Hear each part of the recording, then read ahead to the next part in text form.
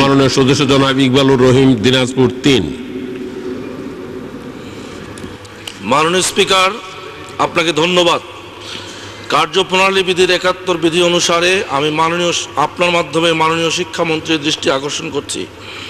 আমার উত্থাপনীয় বিষয় দিনাজপুর জেলা স্কুলটিকে উচ্চ মাধ্যমিক স্তরে উন্নীতকরণ প্রসঙ্গে।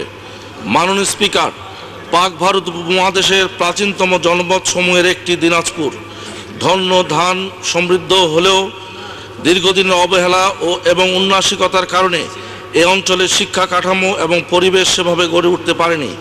মাননীয় স্পিকার, ব্রিটিশ শাসনামলে 1858 সালে গড়ে ওঠা একটি বিদ্যালয় পরবর্তীকালে দিনাজপুর জেলা স্কুল হিসাবে প্রতিষ্ঠা পায়। গুণগত দিক থেকে এখন অবধি এই একটি মাত্র বিদ্যালয় মাধ্যমিক শিক্ষায় এ অঞ্চলে গুরুত্বপূর্ণ ভূমিকা রাখতে সক্ষম। প্রতি বছর 225 থেকে 250 জন শিক্ষার্থী এই স্কুল থেকে এসএসসি পরীক্ষা উন্নীত হয়, যার মধ্যে 125 থেকে 30 জন সর্বোচ্চ মান GPA 5 অর্জন করে।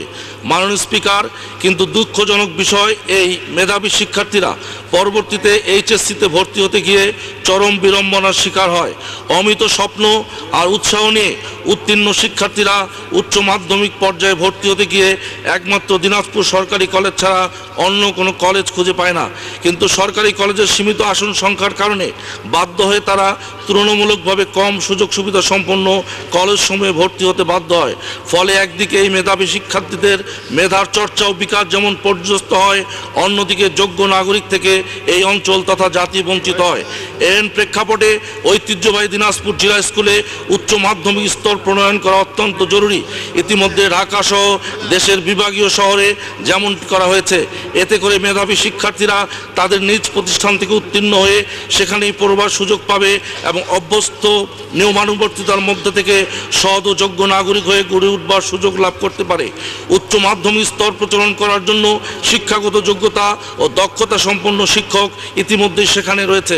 সরকারের সদিচ্ছা এবং সামান্য প্রশাসনিক সহযোগিতা পেলে অতি সহজেই দিনাজপুর জেলা স্কুলকে উচ্চ মাধ্যমিক পাঠ্যক্রমের মধ্যে আনা সম্ভব।